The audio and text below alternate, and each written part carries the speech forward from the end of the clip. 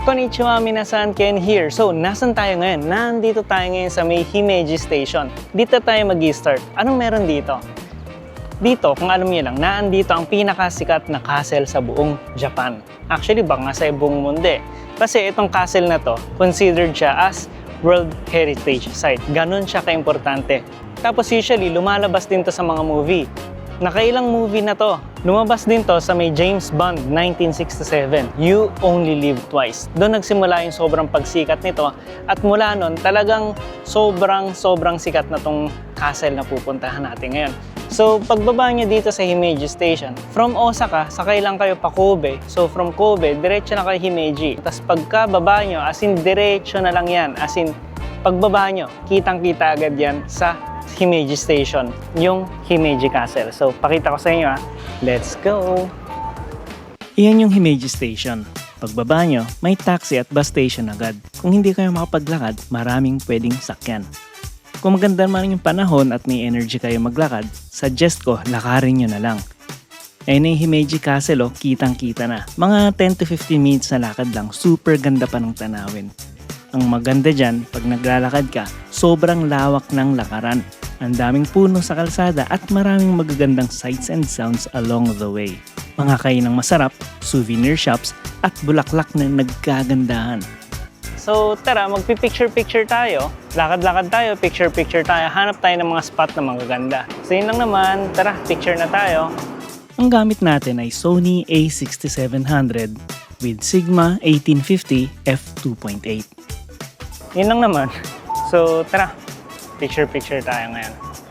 Yung mga photogenic na mga lugar. Dahil pang Insta, so patayin natin pipicturean. Yung settings nga pa rin ito, naka-aperture priority siya. Tapos yung ISO auto, yung shutter speed auto na rin. Auto white balance na rin siya. Naka-RAW naman, so pwede nating edit mamaya. Ganda ng kita. Kitang-kita niyo ba yan, no? Himeji Castle, ano, di ba? Hintayin natin mawala yung mga tao. Yan, no? Yan, no? Ganda, di ba? So, tara, tawid na tayo. So, habang naglalakad ako, malakas ang hangin. Hindi ko na malayan, natatakpan pala ng damit ko yung video camera. Hindi tuloy masyado makita, no? Pero mamaya aayusin natin yan para makita nyo ang nilalakaran ko. Napakalawak, di ba? Buong building na yan, Fiore na yan, parang mall na yan. May mga restaurant, may mga bilihan, kainan. Ayun, may Uniqlo pa, di ba? May Nanas Green Tea, malamang may Starbucks. Ayun, meron yung Starbucks, di ba? May Apple Store pa nga, ang galing, di ba? Tapos dito sa Himeji Station, pwede kang sumakay ng local train or Shinkansen. So, marami kang choices na sakyan, di ba? Ang dami rin bus, ang daming taxi, di ba? Talagang kahit na anong transportation, pwede ka. Tapos hindi lang dyan, sa may baba, may Grand Festa Himeji Chika Machi. Meron ditong Ichibangay. Ibig sabihin, sa baba, may kainan, may shopping, may souvenir, at saka may coin locker. Ang galing, ano? Ito. Yung mga gantong lugar gusto ko yung mga straight na mga ganto. Tapos may strawberry pa rin, no? Di ba? Tara, picturean rin natin yung strawberry. So, pwede ka rin mag-relax dito. Ayan, tingnan mo si Kuya, di ba nagre-relax. Ang ganda ng pagkaka-relax niya, no? May Belgian waffle din dito, mannequin. Kasi kung hindi nyo alam, ang Himeji, isa sa mga pinaka gustong tira ng mga Hapon dito sa Japan. Dahil sa access. Maganda kasi dito, malapit sa Kobe. Yung Kobe, malapit din sa Osaka. Tapos hindi siya ganun ka-crowded tulad ng Kobe at saka Osaka. Lalo na Tokyo. Kaya maraming gustong lumipat dito sa Himeji. Kasi nga, yun nga, malapit nga, maganda yung access. May Shinkansen. Diba? Yung mga bus at saka taxi, ganyan ang itsura.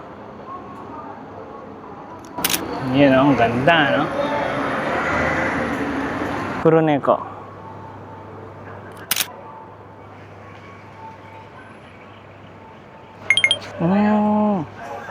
Teka, isara ko nga to. Tatakpan pala yung camera ko kapag ganun. Ayun, naayos ko rin yung damit ko sa wakas. O diba, kitang-kita nyo na ang lawak ng kalsada. Mas malawak pa yata yung lakaran ng tao kaysa sa daanan ng sasakyan. Maraming upuan, tambayan, pwede ka mag-relax nang hindi nasasagabal.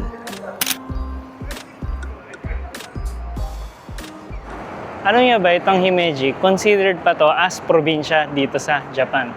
Napakalayo nito sa Tokyo. Medyo malayo sa Osaka, mga 2 hours na drive siguro. 1 hour na siguro mga train, ganyan. 30 minutes kung Shinkansen ang sasakyan mo, malapit lang. Pero probinsya pa talaga to sa Japan.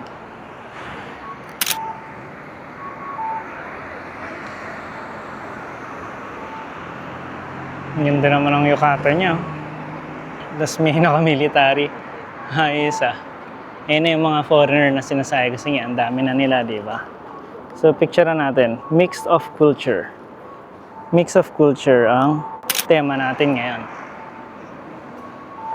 Mga American, pure Japanese, and military na damit, di ba? Ang galing ano? Mix of culture talaga sila. Ang ganda ng anong yan, no? Street doon, no? Parang city, no? Teka, picture natin, ha? Ganda, no? May bubong pa rin, no? Tawiran doon, no? Ang galing. Tara. Sobrang luwag talaga ng kalsada dito, no? Partida, Himeji pa lang to, ah. Wala pa tayo sa Kobe, ang capital city ng Hyogo. Imagine, ganito sa Pilipinas. Kada province, kada city, may ganitong city center na design talaga para sa taong bayan. Hindi pa rin ako makaget over kahit na mahigit 10 taon na ako dito sa Japan, bilib na bilib pa rin talaga ako. Grabe, sana all ano? Meron ako nakita dito, kakaiba. Kita yung ano niya. Nakahubad na trumpeter. Sugoi ko rin. Kita niyo ba yung nakikita ko? Ang kulit nito. Anong pangalan nito?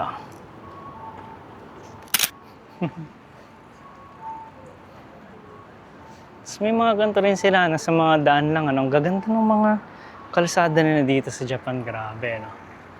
Ang lawak. Tapos ang ganda talagang ang daming halaman. Si Kevin, ano? QK siya ngayon. Tignan natin, ha? Dito natin kunan.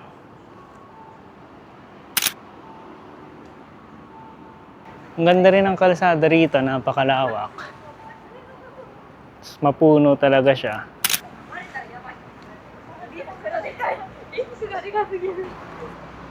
Ito naman, ang tema nito is parang batang. Sino kaya ito? No? Picture natin. Sama natin yung mga flower dito. Para siyang kasing tumitingin sa mga flower. So, ganito ang composition na gagawin natin.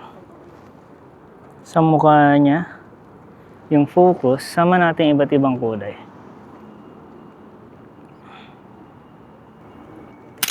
Yan. Ano kaya ito? No? Meron pang ano dito, may butas pa siya dito. Sabitan kaya ng kung ano to. No?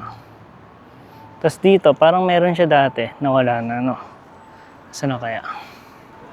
Ito pa maganda dito sa Japan. Friendly para sa mga gantong klaseng tao. Tingnan mo, napakasimple ng pagtutulak niya, di ba? Kasi dire-diretso yung kalsada rito sa Japan. Hindi ka mahihirapan magtulak ng kaibigan mo na kahit na disabled, di ba? Kahit ikaw mismo mag-isa ka disabled, basta kaya may itulak sarili mo. Madali. Kasi tingnan mo talagang flat na flat yung mga kalsada nila. Meron mang paangat, may pababaman, pero sobrang liit. Pansin mo, yung ano yun nila, sahig, di ba?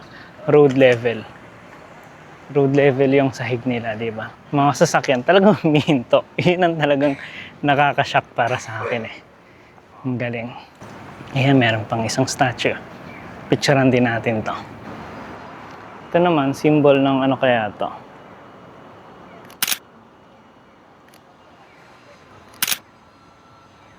Okay. Ay, yung motor, oh. Sarap picture no?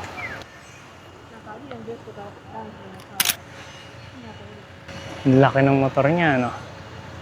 Sige, tatawid tayo para mapicture natin ang iba't ibang mga tao. Yun, no? Nice. Parehas kami ng helmet. Ganong kulay. Himeji Kase. Okay. Napakaganda naman ng kalsada nito. Grabe. Saan yun? May, ano, parang may bilog doon, oh. Radar dome. So tara, tawid tayo. Okay ba ba? Nice. So tawid tayo. Yan, may isa pang statue dito. Picturean din natin. Sino kaya to? Ang pangalan niya ay Ume.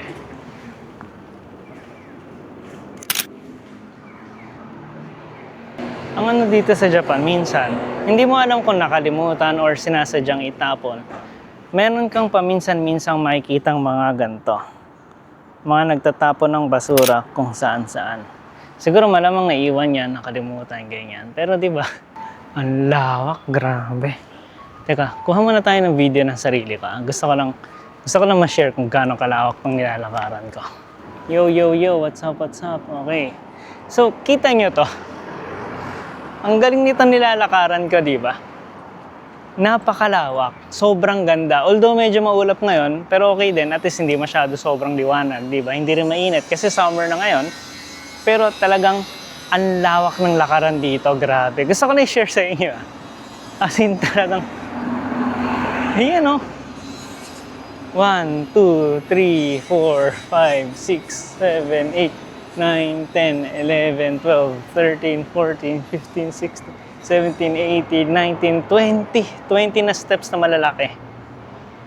Di ba? Kita niyo sobrang laki ng ano, di ba? Ng kalsada na to, no? Grabe. Talagang nakakashock. Ang tagal ko na dito, ah.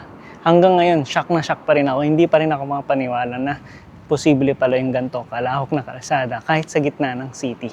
Di ba? So tara, balik na tayo sa mga picture-picture natin, okay? So yun, share ko lang sa inyo na nakakatuwa.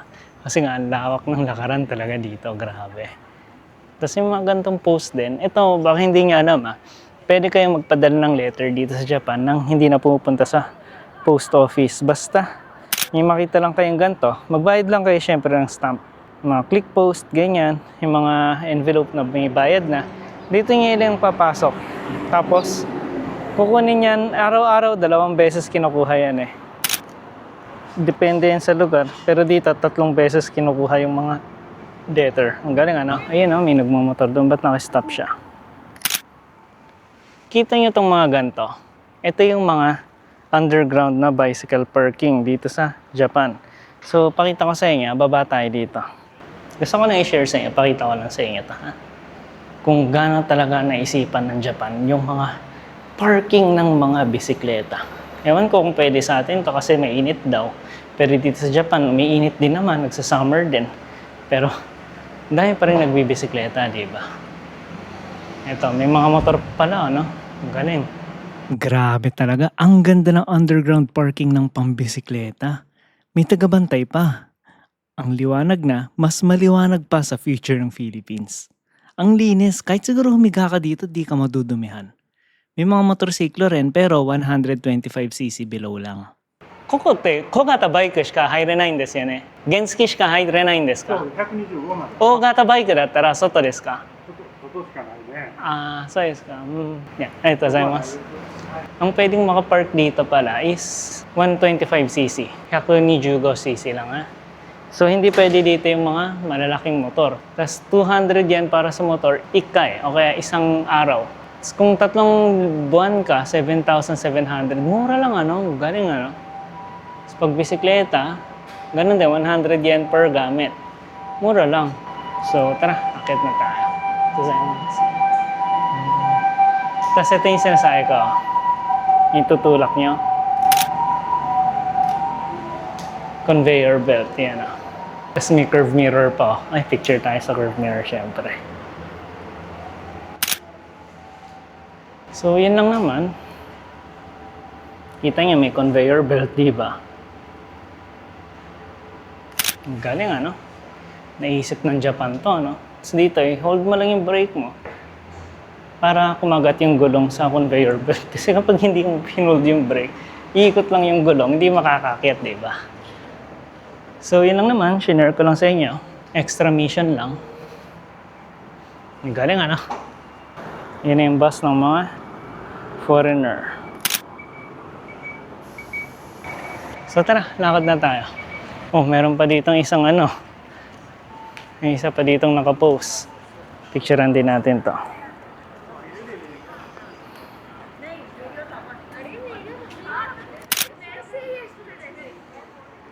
Bakit naman nakapost ng ganito?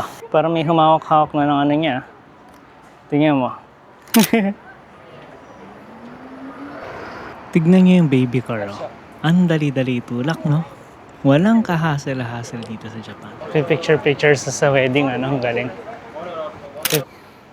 Parang magkakaroon ng festival mamaya, no? Oh, may isa pa rin, oh. Anong shape kaya yan? Parang kakaiba. Ang liit ng paa. Ang laki ng taas. Ah, nakataas din yung kamay niya. Para siya nagsasayaw. Hindi ko na mabasa. Walang English, ano?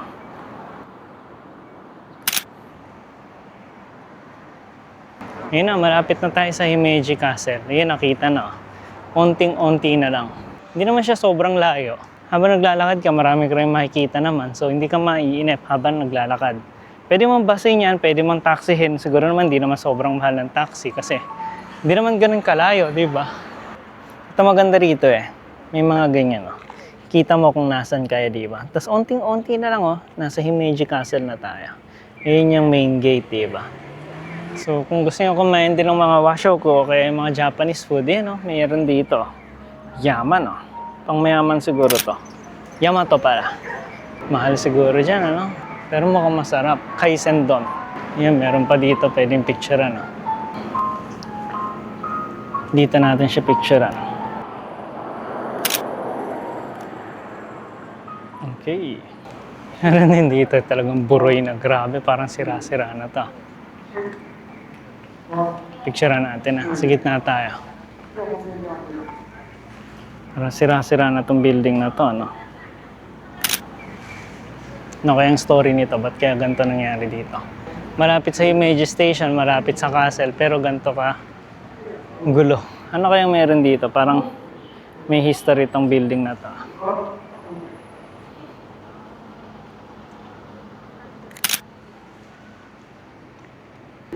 Mga gantong skinitang gaganda, no?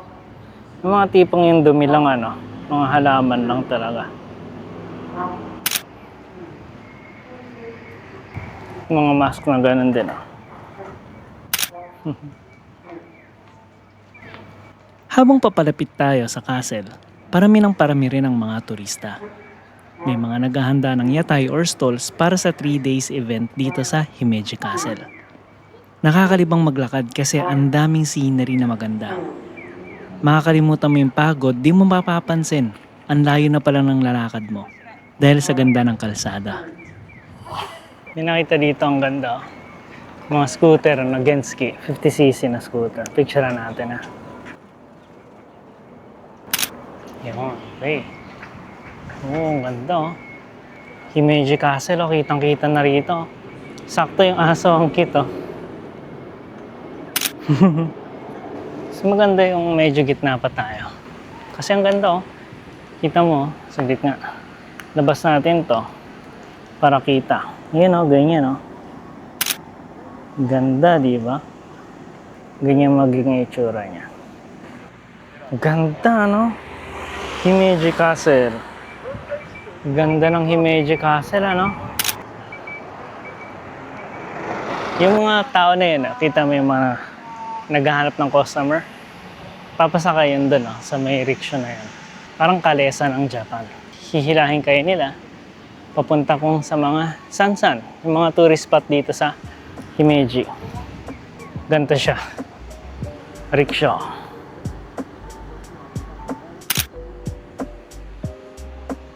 So, yan na. Nandito na tayo sa Himeji Castle. Yan, kita niya. Hanggang dito lang naman tayo. Hindi na tayo papasok sa loob kasi susunod na episode na yan. Kasi wala na akong oras, kumbaga. Ang dami ko ng picture. Along the way, talagang mas maganda, parang mas maganda pa nga maglakad na lang eh. Kesa yung magbabas ka or magta-taxi ka. Unless syempre, kailangan mo talaga or sobrang init, umuulan, o sobrang lamig, hindi mo kaya maglakad, di ba? Pero hanggat kaya mo, maglakad ka kasi sobrang ganda ng mga view habang naglalakad ka papunta sa Himeji Castle mula sa Himeji Station. Talagang napakalawak, napakadaling maglakad dito. Hindi ka matatakot tumawid kasi talagang humihinto yung mga sasakyan. Tapos hindi ka rin matatakot maglakad kasi napakalawak ng kalsada. Yung mga nagbibisikleta at saka mga naglalakad, bigayan naman sila. Sobrang lawak ng kalsada, hindi kayo mauubusan ng kalsada dito para sa isa't isa, di ba? Tapos yun yung Himeji Castle, although onting lakad na lang mula dito, nandyan na rin yung entrance kaso magsasara na yan kasi magagabi na.